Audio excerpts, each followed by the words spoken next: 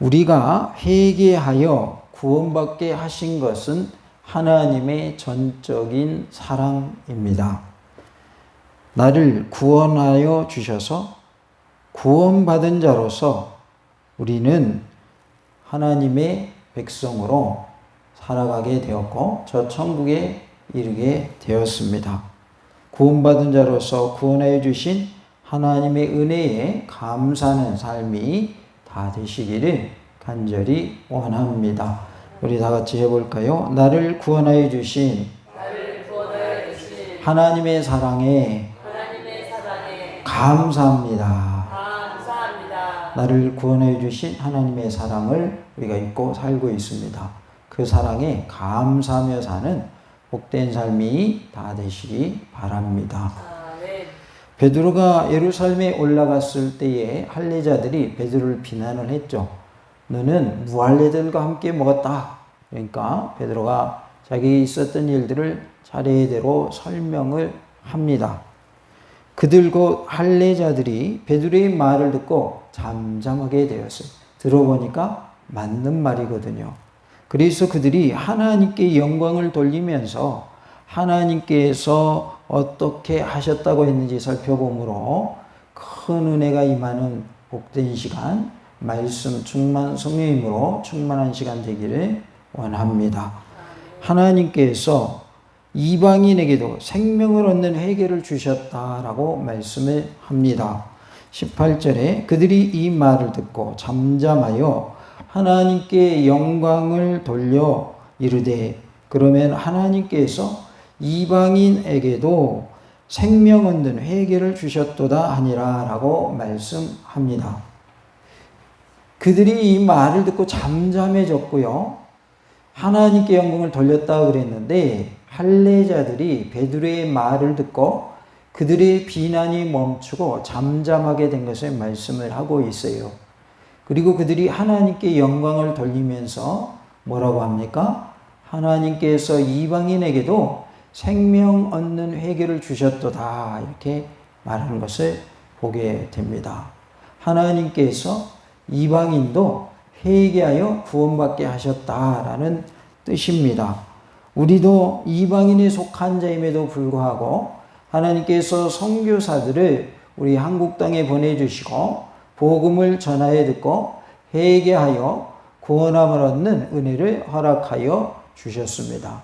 이것이 하나님의 은혜요 하나님의 사랑인 줄로 믿습니다. 생명을 얻게 한다고 했는데 생명은 영생을 말하고 구원을 말합니다. 우리에게 생명을 얻고 영생을 얻는 그리고 구원을 얻는 똑같은 내용이죠. 생명을 얻게 한다, 영생을 얻게 한다, 구원을 얻게 한다 똑같은 말인데 다른 표현으로 할 수 있다라는 것이죠. 그래서 우리에게 생명을 얻는 회개를 주셨다. 이방인인 우리에게도 회개하여 구원함을 얻게 해 주셨다라고 말씀하고 있습니다. 하나님의 은혜를 입고 하나님의 사랑을 받은 자로서 구원해 주신 은혜에 감사하며 사는 복된 삶이 다 되시기를 간절히 원합니다. 11절에 보니까 마침 세 사람이 내가 유숙한 집 앞에 서 있으니 가이사랴에서 내게로 보낸 사람이라 그랬어요.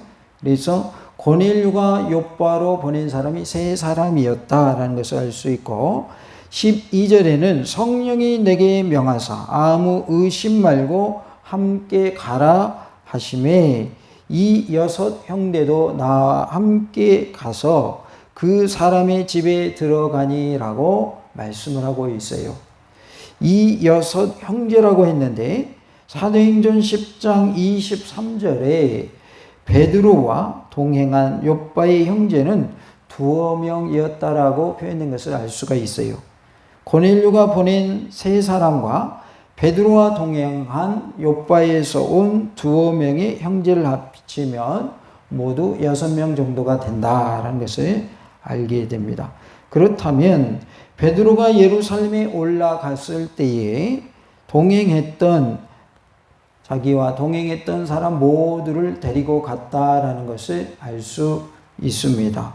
13절부터 15절 내용을 보니 그가 우리에게 말하기를 천사가 내 집에 서서 말하되 내가 사람을 욥바에 보내어 베드로라 하는 시몬을 청하라 라고 말씀이 나옵니다. 여기서 13절에 그는 고넬료를 말하고 그가 우리에게 말하기를 그랬는데 여기서 우리는 베드로와 사도들을 말해요. 그래서 고넬료가 베드로와 사도들에게 천사가 나타나서 한 말을 전하고 있어요. 천사가 사람을 욥바에 보내서 베드로라 하는 시몬을 데려오라 청하라 라고 말했다는 것이죠. 14절에 그가 너와 내 온 집이 구원받을 말씀을 내게 이르려 함을 보았다 하거늘 이렇게 말씀을 합니다. 여기서 14절에 그는 베드로를 말하고 있어요. 베드로가 너와 내 온 집이 구원받을 말씀을 내게 이르리라 함을 보았다. 들었다라고 표현하지 않고 보았다 이렇게 표현을 했는데 이것은 고넬료가 보았다는 표현으로서 천사가 자기에게 말하는 것을 그 모습을 고넬료가 보았다 그런 의미로 보았다 이렇게 표현을 한 겁니다. 그러니까 다른 사람이 말하는 것을 내가 듣기도 하지만 말하고 있는 모습을 뭐 하기도 하죠? 눈으로 보기도 하는 거죠. 그래서 보았다 이렇게 표현됐어요. 내가 말을 시작할 때에 성령이 그들에게 임하시기를 처음 우리에게 하신 것과 같이 하는지라 라고 15절에 말씀을 하고 있습니다. 여기서의 내가 말을 시작할 때 그 나는 바로 베드로를 말하고 있어요. 지금 할례자들 앞에서 누가 말하고 있는 장면이에요? 베드로가 말하고 있는 장면이에요. 그래서 직접 말하고 있는 사람, 말을 전하고 있는 사람은 베드로입니다. 근데 베드로가 한 말들이 있는데 베드로가 전하여 주기를 그가 우리에게 말하기를 하면서 고넬료가 우리에게 말했다. 고넬료가 말하기를 천사가 욥바에 사람을 보내서 베드로라는 시몬을 청하라고 했고 그 사람이 너와 내 집을 구원받게 하는 말씀을 전하리라라고 했다라고 고넬료가 이제 천사가 해준 말을 듣고 그것을 누구에게 또 말해준 거예요? 베드로에게 말해준 거죠. 그것을 지금 누가 말하고 있는 거예요? 베드로가 말하고 있는 거예요. 그러니까 지금 말하고 있는 사람은 베드로인데 베드로가 지금까지 있었던 일들을 하나하나 설명하고 있는 그러한 내용입니다. 그래서 13절에 그라는 표현은 고넬료이고 14절에 그는 베드로이며 15절에 내가 할 때에 나는 베드로다라는 것을 알 수 있습니다. 15절에 보면 처음 우리에게 하신 것과 같이라는 표현이 나와요. 사도행전 10장 47절에서 베드로가 언급했던 말이 다시 반복되고 있지만 여기에서는 베드로가 처음이라는 단어를 첨가시키고 있는 것을 보게 됩니다. 그래서 이 처음이란 말은 베드로와 사도들이 오순절 성령님 강림을 체험했던 때를 가리키고 있어요. 우리가 처음이라고 표현했단 말이죠. 처음 우리에게 하신 것과 같이. 그래서 그 처음이란 말은 베드로와 사도들이 오순절에 성령의 강림을 체험했다. 그때를 처음이라 이렇게 표현한 것입니다. 오순절에 임하셨던 것과 같은 똑같은 성령님이 강림하셨다는 것이죠. 마찬가지로 우리에게도 성령님이 임하심을 믿으시기 바랍니다. 성령님이 우리에게도 임재하신다 그 말이에요. 그래서 우리는 성령님의 임재를 사모해야 할 줄로 믿습니다. 16절에 보면 내가 주의 말씀에 요한은 물로 세례를 베풀었으나 너희는 성령으로 세례를 받으리라 하신 것이 생각나노라 라는 말씀이 나옵니다. 이 말은 사도행전 10장 47절 48절에서 베드로가 자신 있게 이방인에 대한 세례 선언을 하게 된 숨겨진 배경을 언급하고 있는 것입니다. 자신이 이방인에 대한 세례를 선포할 수 있었던 배경을 말하는 그런 내용이라는 것이죠. 사도행전 10장 47절 48절 내용을 보면 이 베드로가 이르되 이 사람들이 우리와 같이 성령을 받았으니 누가 능히 세례 베풀물 금하리요 하고 명하여 예수 그리스도의 이름으로 세례를 베풀라 하니라. 그들이 베드로에게 며칠 더 머물기를 청하니라 라고 말씀을 합니다. 하나님께서 자신들이 받은 성령님을 이방인들에게도 받게 하셨다 그 말이에요. 그러니 이 성령님을 받은 이방인 기독교인들에게 세례를 베푸는 것이 마땅하다, 이런 내용입니다.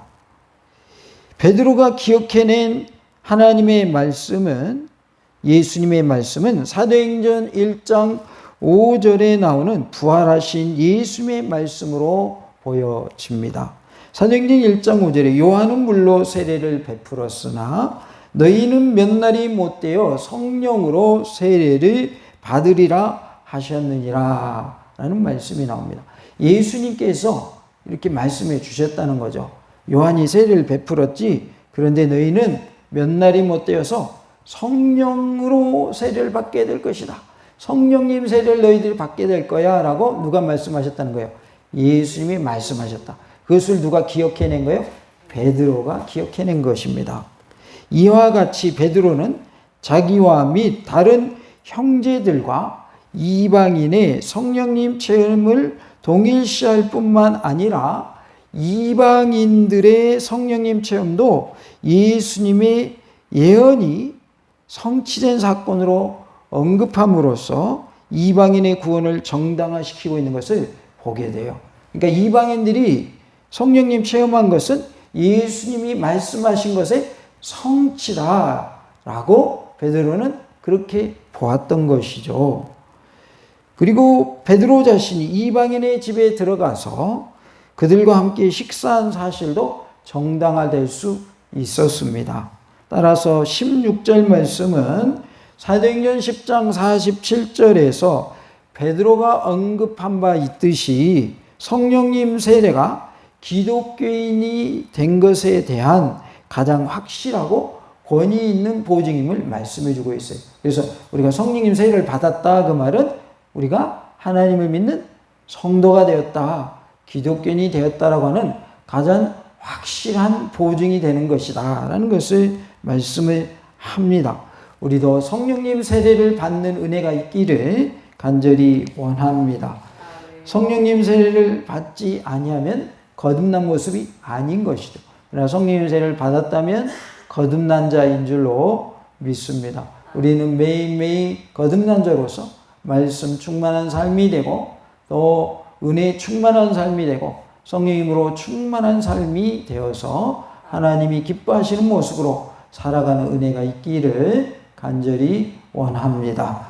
17절에 보면 그런즉 하나님이 우리가 주 예수 그리스도를 믿을 때에 주신 것과 같은 선물을 그들에게도 주셨으니 라고 말씀을 하고 있습니다. 하나님이 주신 것과 같은 선물, 그러니까 자신들이 받은 선물과 똑같은 선물을 누구에게도 주셨다는 거예요. 이방인들에게도 주셨다. 베드로는 성령님의 임재를 하나님이 그리스도 예수를 믿는 사람들에게 주시는 선물로 이해했어요. 그러니까 성령님이 임하는 그 일은 하나님을 믿는 성도들에게 주시는 하나님의 뭐다? 선물이다라는 것을 말씀을 하죠. 하나님께서 거저 주시는 선물을 우리는 뭐라고 표현해요? 은혜라 이렇게 표현하죠. 그래서 성령님을 선물로 받은 것도 하나님의 뭐다? 은혜다 그 말이죠. 이렇게 이방인들도 사도된 자신들이 받았던 것과 동등한 선물을 하나님으로부터 받았다는 사실을 강조하여서 이방인과 유대인이 구분되지 않고 하나됨을 선언하고 있습니다. 그래서 이제는 유대인과 이방인은 구분 없다. 이제는 예수님 안에서 하나다라는 것을 말씀하고 있어요. 이것은 예수님이 체포되시기 전에 하셨던 기도의 성취로도 이해가 되어집니다. 요한복음 17장 22절에 내게 주신 영광을 내가 그들에게 주었사오니 이는 우리가 하나가 된 것 같이 그들도 하나가 되게 하려 함이니이다 라는 말씀이 나옵니다. 우리가 하나 된 것 같이, 이 말은 하나님이 한 분이시라는 표현으로서 성부, 성자, 성령 하나님이 한 분 하나님이시다. 삼위일체 되심을 표현하는 것이고, 그리고 저희도 그들도 하나가 되게 하려 함이니이다 라고 했는데, 그들도 하나가 된다라는 표현은 예수님을 믿는 그들이 예수님 안에서 유대인이 됐든 이방인이 됐든 하나가 되게 하셨다. 그래서 예수님 안에서 유대인도 이방인도 몇이다? 하나다. 그러니까 예수를 믿는다고 하면 그 사람이 유대인이든지 아니면 이방인이든지 상관없다고 말이죠. 왜냐하면 하나가 되었기 때문에. 그래서 먼저 믿은 자와 전도되어 나중 믿은 자는 하나다라는 것입니다. 예수를 믿기 전의 모습과 예수 믿은 후의 모습을 우리가 비교해 보면, 예수 믿기 전에는 이 사람이 유대인일 수도 있고 이방인일 수도 있는데, 이제 예수를 믿고 보니 그 구분이 사라졌다는 거죠. 하나가 되었다. 그리고 예수를 믿기 전에 사람이 예수를 믿었고 또 나중 믿은 사람이 있단 말이에요. 그러면 먼저 믿은 사람이나 나중 믿은 사람이나 구분이 없이 뭐다? 하나다라는 것을 말씀해 주고 있는 것입니다. 그래서 우리는 민족 구분 없이 남녀 구분 없이 다 예수를 믿노라고 한다면, 다 예수 믿는 사람이라면 뭐다? 하나다. 전 세계 모든 예수를 믿는 사람들도 몇이 되겠어요? 하나다 그 말이죠. 그래서 우리는 예수만 해서 한 형제요 한 자매가 되는 줄로 믿습니다. 한 번도 만나지 않은 사람일지라도 서로가 예수를 믿는 사람을 알게 되었다면 엄청나게 반갑죠. 만난 적이 전혀 없는데. 왜냐하면 예수만에서 하나이기 때문에 그런 거예요. 예수님을 믿고 있는 성도들은 어느 지역에 살고 있든지 어느 나라 사람이든지 구분이 없이 하나가 됨을 말씀하고 있습니다. 그래서 예수님께서 이미 말씀하셨다는 것이죠. 그들도 하나가 되려 함이니이다 라고 말씀하셨다는 거죠. 우리가 예수를 믿음으로 이방인임에도 불구하고 유대인과 같이 예수만에서 하나가 된 줄로 믿습니다. 17절에 보면 내가 누구에게 하나님을 능히 맡겠느냐 하더라 라고 말씀을 합니다. 17절은 사도행전 10장 47절에서 언급한 베드로의 말과 비슷한 내용인데요. 이방인을 기독교인으로 용납하고 세례를 베풀고 공동체 일원으로서 한 형제됨을 인정하는 것이 피할 수 없는 하나님의 뜻임을 밝히고 있어요. 그래서 먼저는 유대인들을 기독교인으로 용납해라. 그들도 기독교인이다. 그리고 그들에게 뭐를 베풀어라? 세례를 베풀어라. 그리고 공동체 일원으로서 하나 된 것을 뭐해라? 인정해라. 공동체의 한 일원이 됐다는 것, 하나의 공동체가 됐다는 것을 인정해라.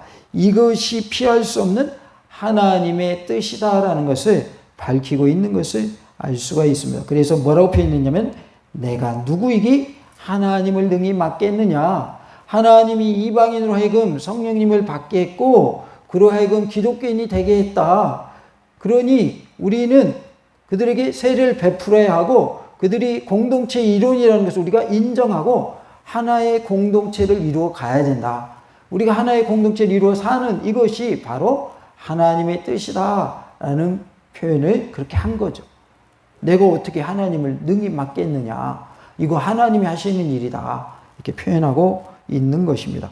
사도행전 5장 29절에 베드로 자신이 철저히 하나님의 뜻만을 따름을 암시하는 표현이 나옵니다. 베드로와 사도들이 대답하여 이르되 사람보다 하나님께 순종하는 것이 마땅하니라 라는 말씀이 나와요. 누구에게 순종하는 것보다, 사람에게 순종하는 것보다, 누구에게 순종하는 것이 마땅하다? 하나님께 순종하는 것이 마땅하다라는 말씀입니다. 베드로와 사도들이 대답한 말인데요. 사람보다 하나님께 순종하는 것이 마땅함을 믿으시기 바랍니다. 사람에게 순종할 것이 아니라 누구에게 순종하라는 거예요? 하나님께 순종하라라는 거예요. 살다 보면 이게 지키기 어려울 수도 있어요. 왜냐하면 눈앞에 보이는 건 사람이란 말이에요. 안 보이는 분은 하나님이고, 그런데 사람의 뜻이 있고 하나님의 뜻이 있단 말이에요. 그러면 사람의 뜻에 순종할 것인가, 하나님의 뜻에 순종할 것인가, 우리가 갈등할 수 있는데, 그때 하나님은 누구의 뜻에 순종하라는 거예요? 하나님의 뜻에 순종하라는 거예요.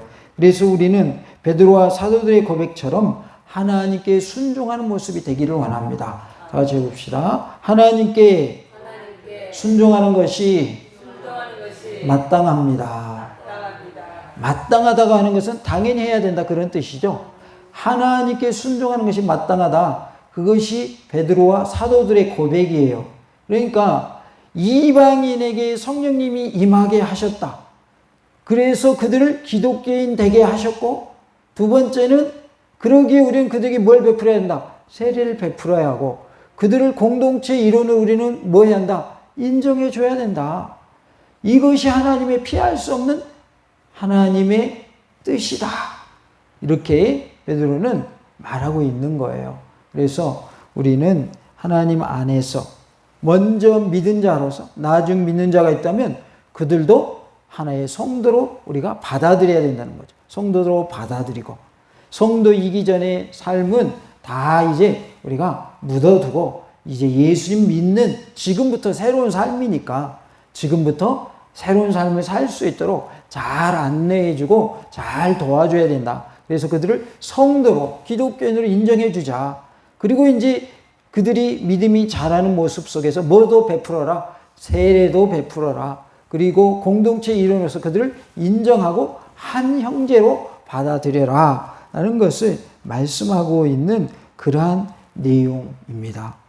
우리가 먼저 믿는 자가 나중 믿는 자, 또는 다른 교회에서 우리에게 온 사람들이 있는 경우에 우리가 먼저 이 교회에 출석하고 있다고 하는 그 이유 하나 때문에 텃세를 부리는 경우가 있는데, 그런 일은 있어야 될까요? 없어야 될까요?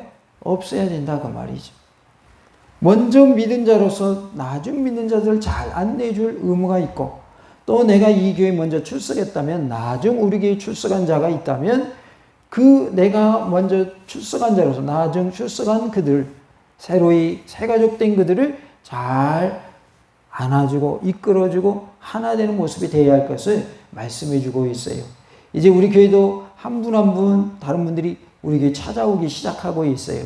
그러면 우리가 잘 해야 되는 부분이 바로 그 부분입니다. 큰 교회 또는 도시교회일 때에 그러한 현상들이 어쩌다 한 번씩 있는데, 끼리끼리 뭉치는 경우가 있어요. 끼리끼리. 그래서 자기들끼리만 하나인 모습. 그래서 나중 온 사람들은, 나중에 그 교회에 들어간 사람들은 낄 데가 없는 경우가 있어요. 그러면 안 된다, 그 말이죠. 어떠한 교회가 되어야 되겠어요? 나중 온 사람들도 하나 되는 모습 되는 교회가 돼야 돼요. 우리 교회가 이제 점점 하나님의 사람들을 보내주시면 부흥할 거 아니에요. 그렇죠? 예, 입으로 시인한 대로 되니까요. 하나님 보내주신다, 그 말이에요. 그러면 먼저 믿은 자로서 우리가 또 이 교회에 먼저 출석하고 있는 자로서 나중에 믿는 자 또는 나중에 우리에게 출석하는 자들과 한 형제로 하나가 되어야 할 줄로 믿습니다. 내가 먼저 이 교회에 왔어, 내가 먼저 믿었어, 그러면서 텃세를 부리면 안 된다, 그 말이에요. 우리가 신앙생활을 하면서 많은 경우에 어떠할 때 많이 힘들어하냐면 인간관계에서 많이 힘들어합니다. 인간관계에서. 우리의 모습 속에서 육적인 모습은 다 빼내버리고 영적인 모습, 신령한 모습으로 하나 되어지는 그러한 은혜가 있기를 원합니다. 그래서 우리 교회 이제 나오기 시작한 분들이 우리 교회에 잘 정착할 수 있도록 잘 안내해 주시고 잘 격려해 주시고 사랑으로 품어 안아 주시기 바랍니다. 그래서 빨리 적응할 수 있도록, 그리고 신앙의 뿌리를 깊이 내리고 끝까지 승리할 수 있도록, 믿다가 중간에 탈락하는 일이 없도록, 도중에 하차하는 일이 없도록 그렇게 우리가 사랑으로 하나 되는 공동체가 되어야 할 줄로 믿습니다. 교회는 믿음 공동체요, 사랑 공동체입니다. 선교 공동체이고요, 봉사 공동체이고, 우리는 예수님 안에서 한 형제요, 한 자매가 되었어요. 그래서 우리는 예수님 가족이에요. 예수님 가족. 성도 다르고 얼굴도 다르고 성별 뭐 다 다르죠. 그럼에도 불구하고 우리는 예수님의 이름 하나로 뭉쳐졌다. 하나의 가족이 되었다. 하나의 공동체가 되었다.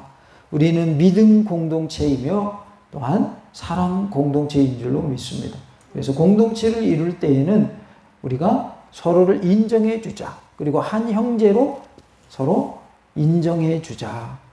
그리고 한 성도로 인정해 주고, 또 교회 내에서 서로가 하나 되는 모습이 되자라는 것을 말씀해 주고 있습니다. 그래서 우리는 사람에게 순종하는 것보다는 하나님께 순종하는 자가 되어야 한다.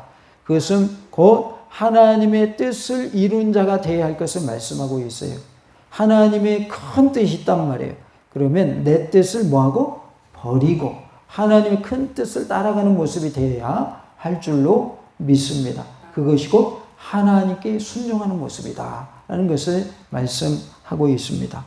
갈라디아 1장 10절에 보면 베드로의 선교 자세가 이제 바울과 일치하는 그런 모습을 보게 되는데, 베드로의 고백은 사도행전 5장 29절이었다면 갈라디아 1장 10절은 사도 바울의 고백입니다. 베드로의 고백은 바울과 일치하는 내용을 보게 돼요.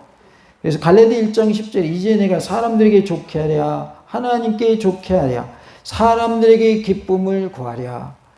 내가 지금까지 사람들의 기쁨을 구하였다면 그리스도의 종이 아니니라 라고 말씀을 하고 있어요.